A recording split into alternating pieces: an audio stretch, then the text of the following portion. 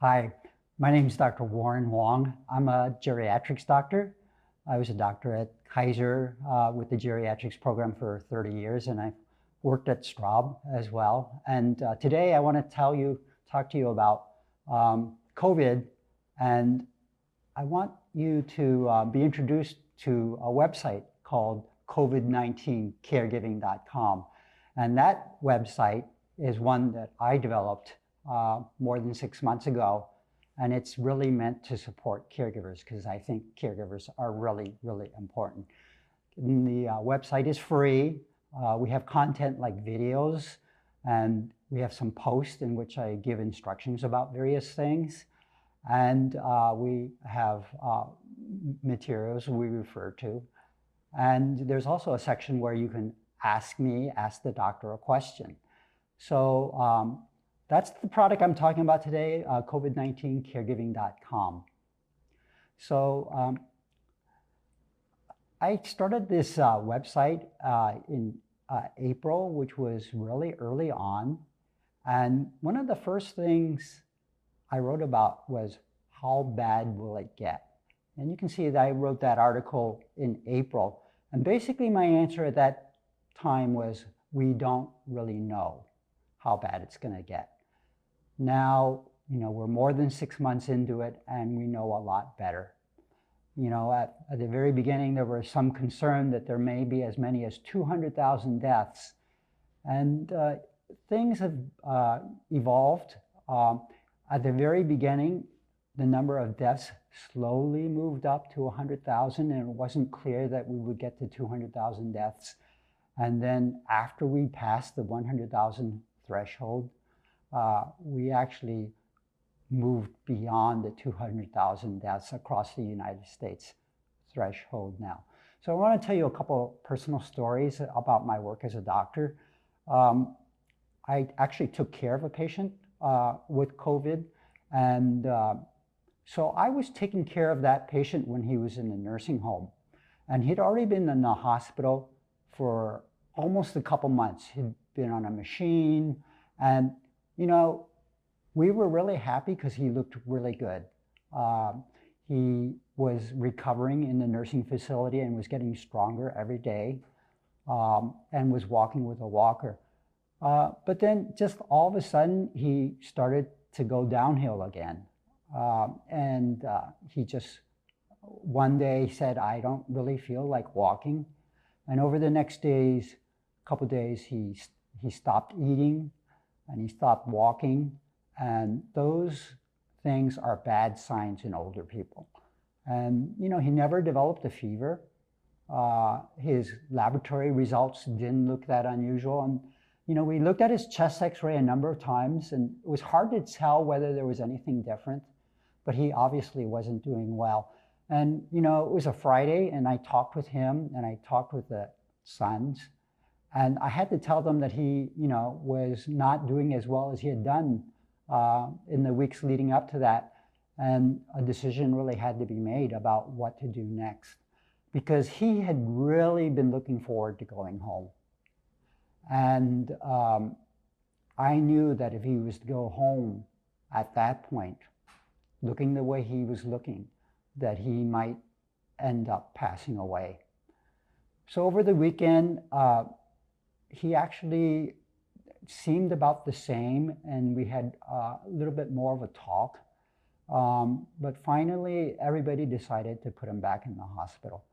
And that's my experience with a person with COVID-19, is that sometimes late on in the course, things move backwards. He was on steroids. We didn't really know whether he had a worsening of a pneumonia or not. And the other thing that was really difficult is, as physicians now, ever since COVID-19 came on, almost immediately, the federal government said that it was okay for physicians to see patients without actually going to the nursing home. And there's a big reason for that. The last thing you want is a physician going from one nursing home to another nursing home, especially if that physician has had any contact with COVID. So basically, when I was taking care of this patient, I was taking care of him virtually. I never went to his bedside. And it was just very difficult because it's different when I can't stand next to the patient and lay my hands on that patient and talk with them. So that's kind of a little bit of the reality of where COVID-19 is right now. Now I have another little story, is that I just heard last week that a friend of the family, who's an older woman in her early 70s, her daughter caught COVID, and they both live on the mainland. And the daughter didn't, just kind of decided to get a COVID test just because. She didn't really feel that sick, and she's got allergies all the time. But when she did get a little bit of a fever, she decided, well, I'm going to get a COVID test. And guess what? It turned out positive. And then a couple of days later, her mom, same thing, a little bit of sniffles, and she turned out positive. Now, neither one of them got really sick. But as you can imagine, everybody they were in touch with, including that woman's very much older mother, had to be evaluated for COVID. And the outcome wasn't bad, but it really tells you like the way COVID is that the daughter who had exposure didn't know how she got it. And of course, the first couple of days she had it, she didn't have any symptoms at all. So that's the way it gets spread, when people don't even feel sick. And then when they do feel sick, sometimes it seems very minor.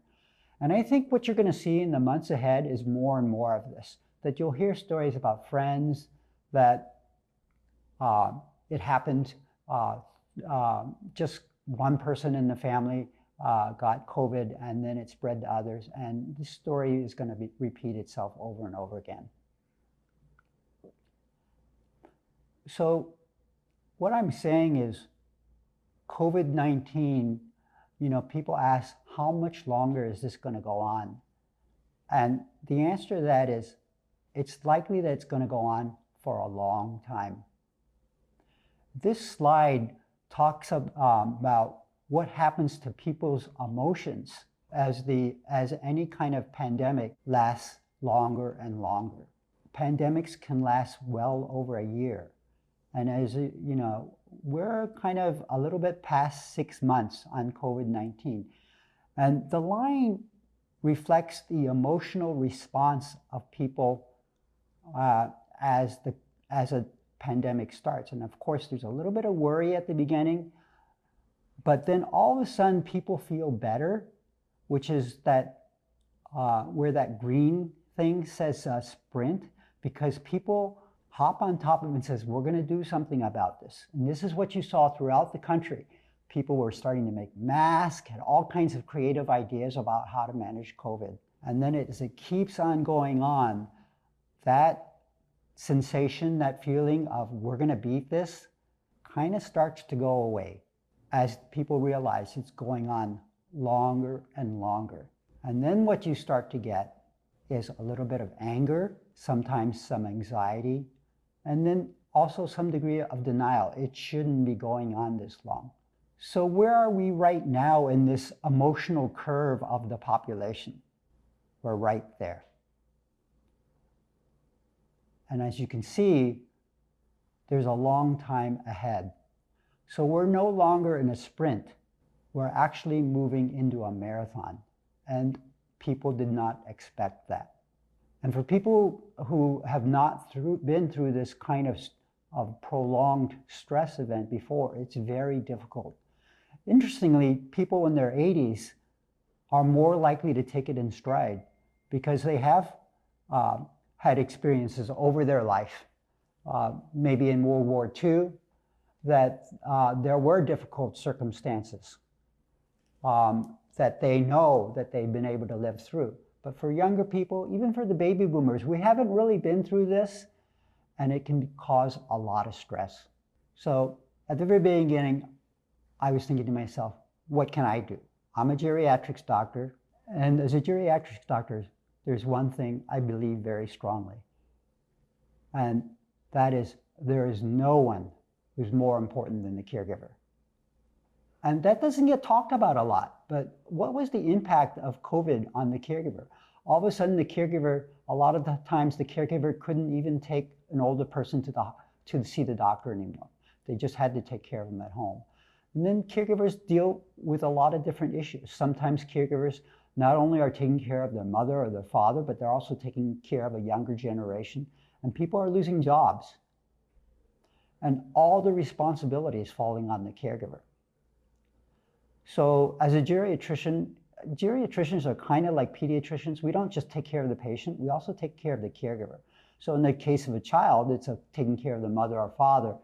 Frequently, in geriatricians, it could be a spouse, or it could be a son or daughter, or it could be a professionally hired caregiver. And we need to take care of those people as well, because it's not an easy job.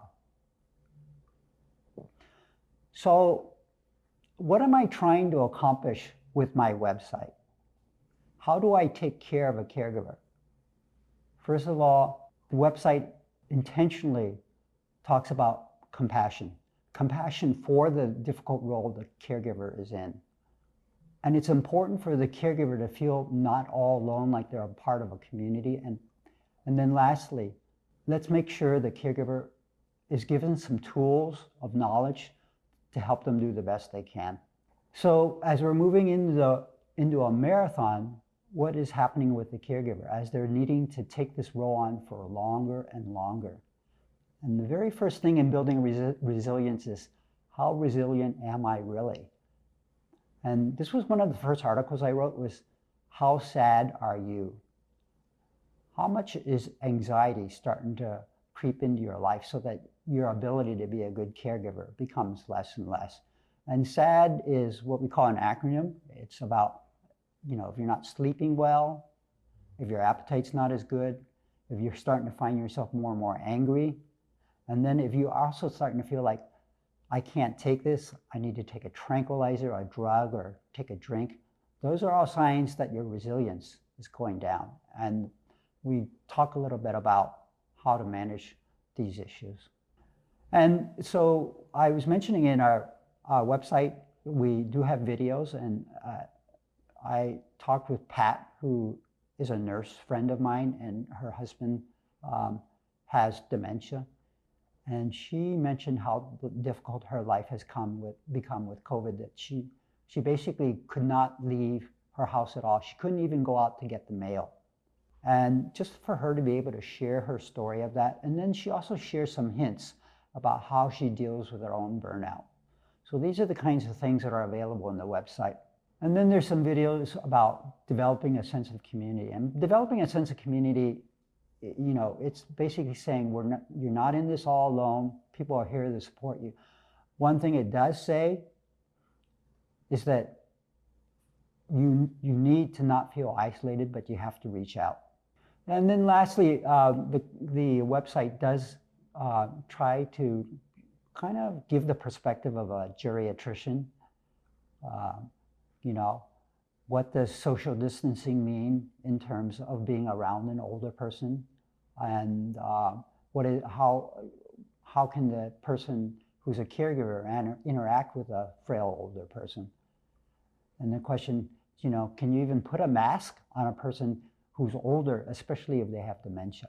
And then there is a part of the website that talks about asking questions to the doctor. And these are the kinds of questions people have mailed into me. One question was, my mom's, she's really isolated now. She doesn't want to move in with us, but she's totally bored. And she feels like she's in a prison now.